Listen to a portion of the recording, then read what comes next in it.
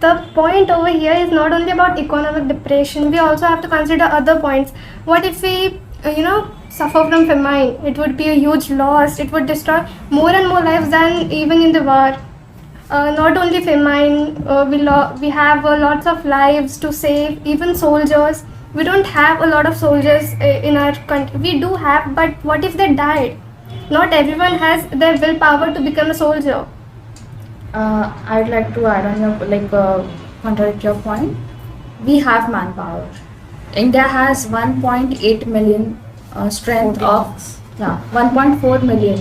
That is nearly about 14 lakh military strength. It is fourth largest and top, and it is increasing day by day. Not only military,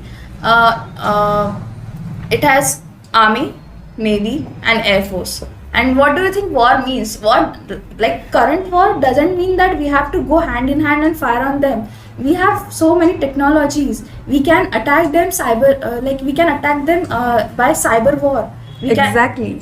No. We have to do that. But by doing that, I don't think we can eradicate that terrorist bases. For doing that, we are taking help of technology. But I don't think just that by doing that, we can eradicate terrorism.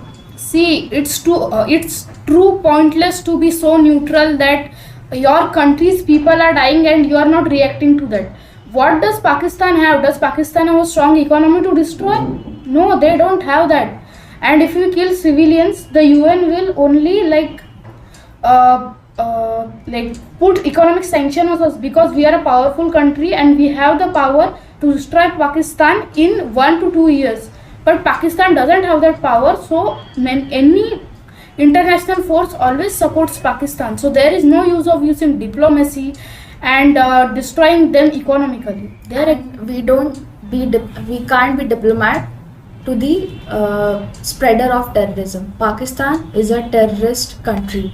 Like, it spreads terrorism, and it is totally wrong to be diplomat with such a country. We can't even sit on a table.